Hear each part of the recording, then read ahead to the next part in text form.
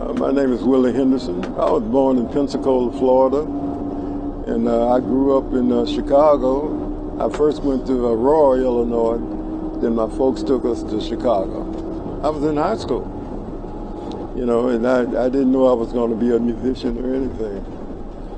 It just happened, like it was meant to be.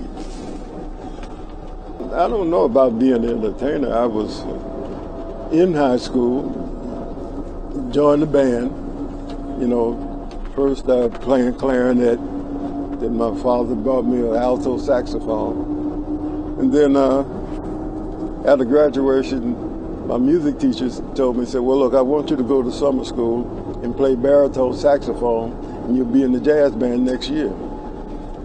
I said, well, okay. That's what I did. Actually, the first gig that we had was a competition with professional bands in Chicago, and our band came in number 2 out of a bunch of professional bands. That was really the first gig. Then I went to college. That was with Wendell Phillips High School Band, and we was playing stuff like not Killer Joe, Peter Gunn, all of that stuff, It's a feeling. Actually, it's a heartfelt feeling, be it joyful or sad. What really got me to this point was when Carl Davis came to me and said he wanted me to produce Tyrone Davis,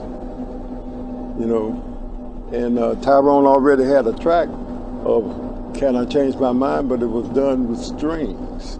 Monk Higgins had did it, and it didn't sound anything, so I got my rhythm section and I did it with horns, and that's what we have today. So it was a ton. When you get a hit record, that's a big deal, And I had a couple with Can I Change My Mind and Turn Back the Hands of Time. And I had it all the time. They sent me a gold record on that, but they never did the RIAA on it. They never did that, but they sold them. They had to sell them. Only a few years ago, and I started really traveling. I was mostly in the studio playing, producing stuff on people. And I went to Russia and Turkey and stuff with Seal Johnson later on in life, but in my earlier days, we worked with Alvin Cash and the 5 two-tones with Shake a Tail Feather.